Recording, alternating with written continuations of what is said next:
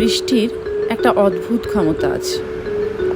সে শুধু মাটিকেই ভেজায় না, পুরনো স্মৃতিকেও জাগিয়ে তোলে। আজ বাজারে নদীর মাছ দেখে মনে হলো কতদিন হয়ে গেল বর্ষার সেই দিনগুলোর কথা মনেই পড়েনি। তাই ভাবলাম আজ শুধু রান্না নয়, একটা স্মৃতিও তোমাদের সঙ্গে ভাগ করে নিই।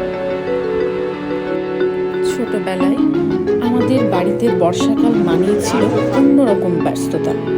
আকাশ কালো হলে সবাই বলতো আজ নদীতে নিশ্চয়ই ভালো মাছ উঠেছে।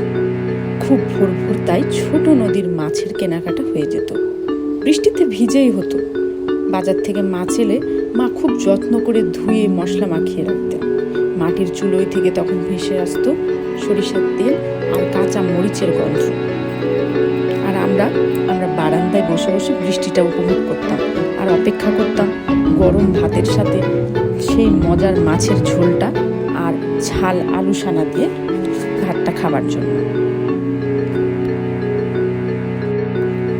আজ সময় বদলেছে, কিন্তু বর্ষার বৃষ্টি নামলে মনে হয় সেই স্মৃতিগুলো এখানে এখনো কোথাও বেঁচে আছে।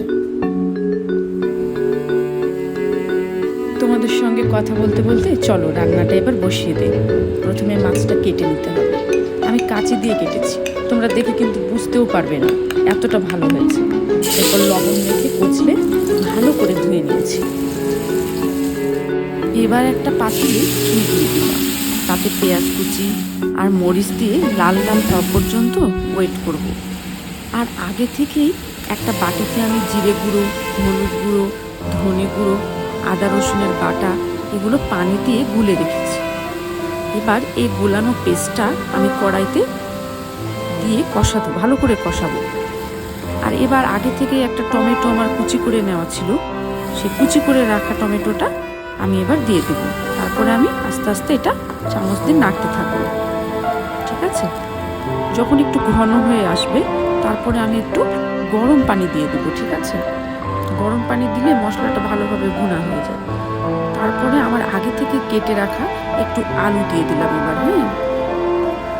আলুটা যখন একটু সিদ্ধ হয়ে আসবে, সিদ্ধ হয়ে আসলে আমি আরেকটু পানি দেবো, গরম পানিটা দেওয়ার পরে আমার আগে থেকে রাখা মাছগুলো, ধুয়ে রাখা মাছগুলো আমি এবার যখন গরম পানি যখন একটা ফুটে আসবে না, তখন আমি মাছগুলো ঢেলে দেবো। ঠিক আছে?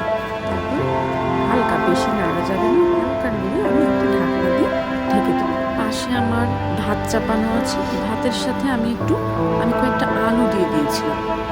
আর জানো তো গরম ভাতে আলু ভর্তা শুকনো মরিচ দিয়ে কীরকমটা জমে যায়।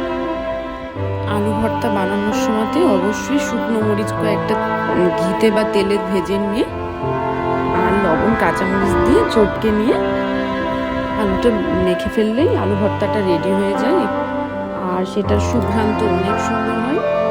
তো এই হয়ে গেল আজকের আমার রেসিপি, আলু ভর্তা ঝাল ঝাল করে, আর সাথে এই নদীর দেশি মাছের ঝোলটা। খুবই দারুণ জমে গেছে খাবারটা।